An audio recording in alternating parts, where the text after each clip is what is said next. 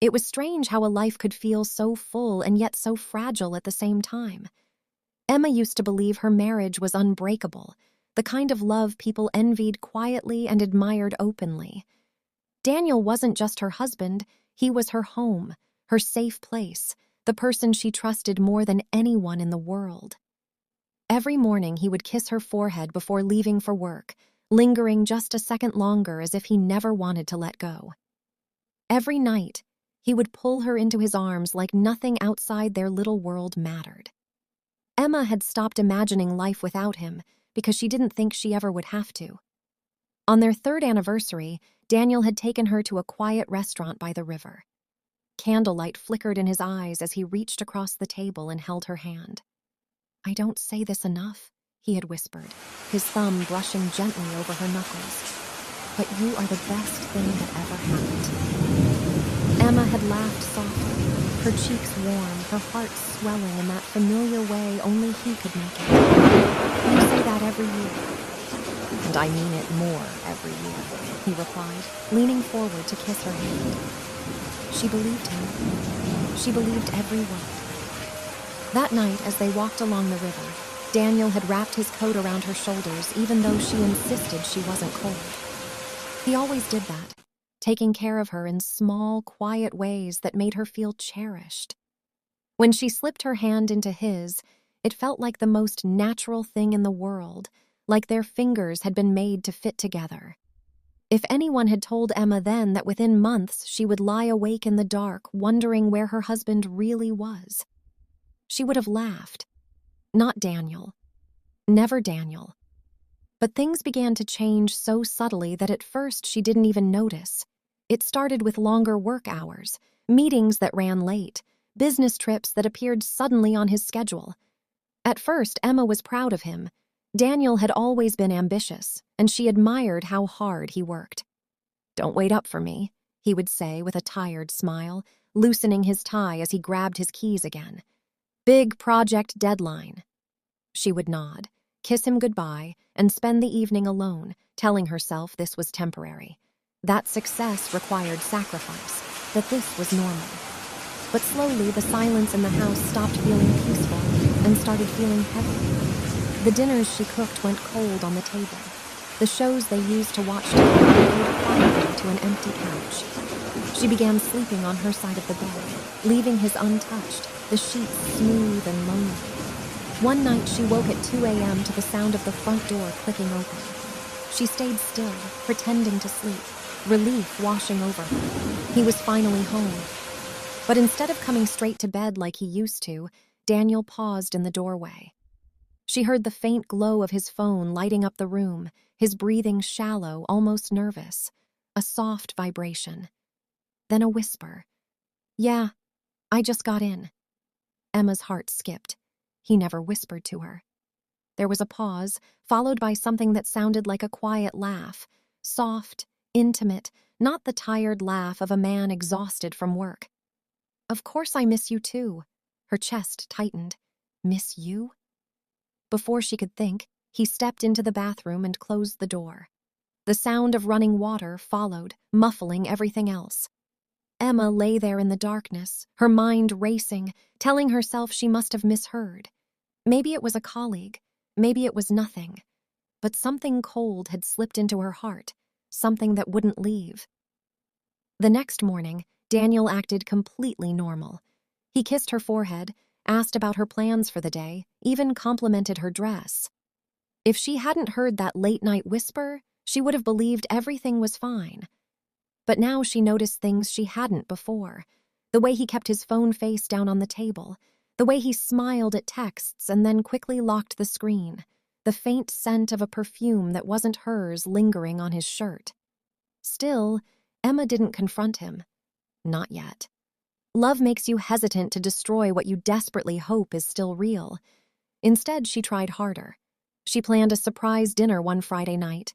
Candles, his favorite meal, soft music playing in the background. She even wore the dress he once said made her look dangerously beautiful. She waited. 8 o'clock passed, 9, 10, no message, no call.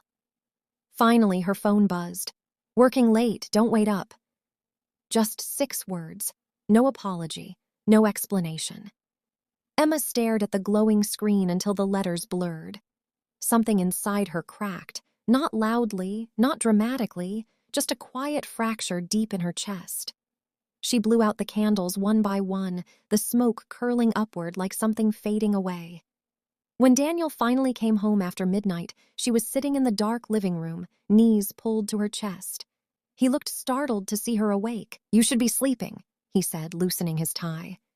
"I made dinner," she replied softly. He glanced at the untouched table, then back at her. "I told you not to wait." "Not, I'm sorry. Not I missed you. Just that." For a moment, she almost asked him the question burning inside her, almost demanded the truth, but the fear of hearing something she couldn't undo held her back. So she simply nodded and said nothing. Days turned into weeks.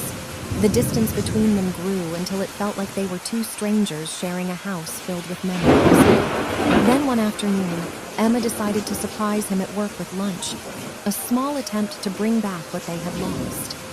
She walked into his office building with a hopeful smile, clutching the bag of his favorite food, imagining his surprised expression, maybe even that old warmth returning to his eyes. But when she reached the reception desk, the woman looked confused. "Daniel left early today," she said. "Around noon." Emma frowned. "He told me he had meetings all afternoon." The receptionist hesitated. "Well, he left with someone." Something cold spread through Emma's veins. "Someone?" "Yes, a woman. They seemed close." The world tilted. Emma forced a polite thank you and walked out on trembling legs, barely aware of the city around her. Her hands shook as she set the food down on a nearby bench, appetite gone, hope draining away. She didn't cry. Not yet. Instead, she waited outside the building, a quiet storm building inside her chest, her eyes fixed on the entrance as if staring hard enough could rewind time. An hour passed. Then she saw him. Daniel walked out laughing, really laughing, the carefree sound she hadn't heard from him in months. And beside him was a woman. She was beautiful in a polished, effortless way, confident, elegant. Her hand rested lightly on Daniel's arm, familiar, possessive. Emma's breath caught when Daniel leaned closer to say something, his expression soft, attentive, the exact look he used to give her. The woman laughed and touched his shoulder. He didn't pull away. Emma felt something inside her shatter completely, like glass breaking silently underwater. She stepped back into the shadows, unseen, as they walked past her. Daniel opened the car door for the woman, shielding her with his hand as she got in, the same protective gesture he used to reserve only for Emma. Before closing the door, he said something that made the woman smile tenderly. Emma couldn't hear the words, but she saw everything else. The way his eyes softened, the way his hand lingered on hers, the intimacy that couldn't be mistaken for anything else. As the car drove away, Emma remained frozen on the sidewalk, the city noise rushing back like a wave crashing over her. That was the moment she understood. She hadn't lost her husband slowly over months. She had already lost him, and hadn't known it. Her phone buzzed in her hand, a message from Daniel. "Meeting ran late. Might be home very late tonight. Don't wait up." Emma stared at the words, a hollow feeling spreading through her chest. For the first time, she didn't cry. She didn't scream. She didn't even feel angry. She just felt empty. Because somewhere between the whispered phone calls, the cold dinners, and the stranger holding his arm, the man she loved had disappeared. And in his place stood someone she no longer recognized. That night, as she lay alone in their bed, staring at the ceiling, a single thought echoed in her mind over and over again. If he could lie this easily, how long had he been lying? Outside, the wind rattled the window softly, like a warning she couldn't yet understand. Emma closed her eyes, but sleep never came, because deep down, she knew this was only the beginning, and whatever truth was coming next would hurt far more than this.